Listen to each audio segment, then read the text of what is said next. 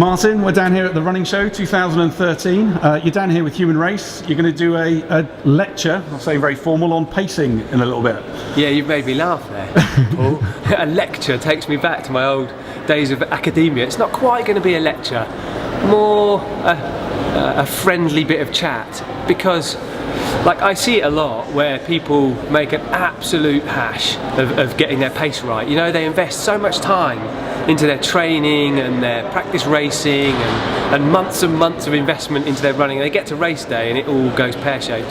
So we want to do a little bit on just how to work out your pace in training and how to put some things in practice in training and in a race so that you minimise the chance of mucking it up.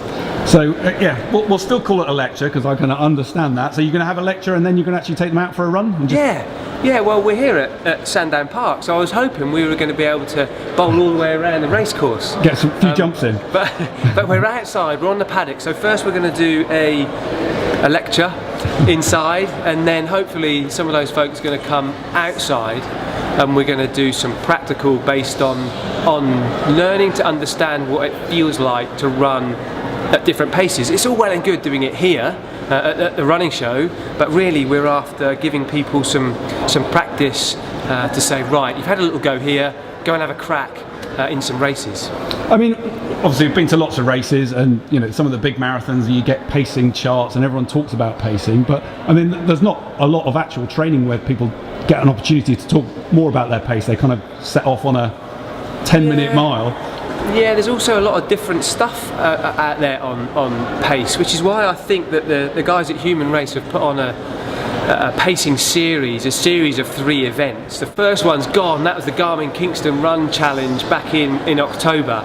And actually, the guys at Human Race did some data analysis afterwards, and they found that of everybody that ran, the most common thing was people ran a positive split. So they were slower in the second half than in the first. The next most common thing was that some people ran a relatively negative split, a faster second half than the first half. And then the most uncommon thing was that everybody ran even. But actually, what you want to do is to get the best result, and I think this is across distances, but particularly it's more important for the longer you go. You want an even-paced race. So there are a couple of other events where you can have a whirl at that in 2014. The first, that's at Dorney Lake on the 15th of February next year. The second is the Whole Foods Market Breakfast Run in Kingston on March the 23rd. Right, and will you be coming along to the races? I think I'm going to be at the Dorney one, maybe not at the Kingston one. And to give people a bit of a flavour, I mean, you know, you obviously deal with all ends of the spectrum when it comes to pacing. I mean, do you find some people actually kind of fall into a slower pace and they can go quicker, but they kind of feel comfortable with it? Yeah, I think particularly if you're a novice runner, you're quite nervous because you don't know what the distance is going to hold. You know, what's the race going to tell you?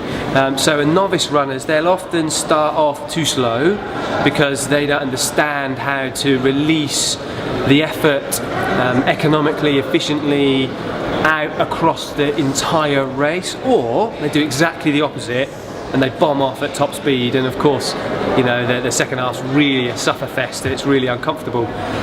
For more experienced runners, the trick with them is to try and get them to run faster for longer over the entire race. And of course, the faster you get, the more a relative percentage high of your own personal intensity that you're working, that becomes much harder to do because you're on the edge for a lot longer.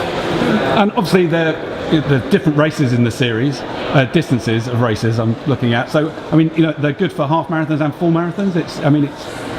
Yeah, I think particularly if you're after a spring marathon, then a half marathon is a great distance to have a go at to give you an indication of the kind of time you might run in a marathon. Typically, and of course it's only an estimation, but to double your half marathon time in minutes and add 10% or so is going to give you a rough indication. But I like the fact that if you understand yourself in training, that gives you the best indication of racing. So if you are doing a spring marathon, a half marathon, or in March with the 8.2 and 16 mile run in Kingston, then those distances give you a good indication towards your marathon.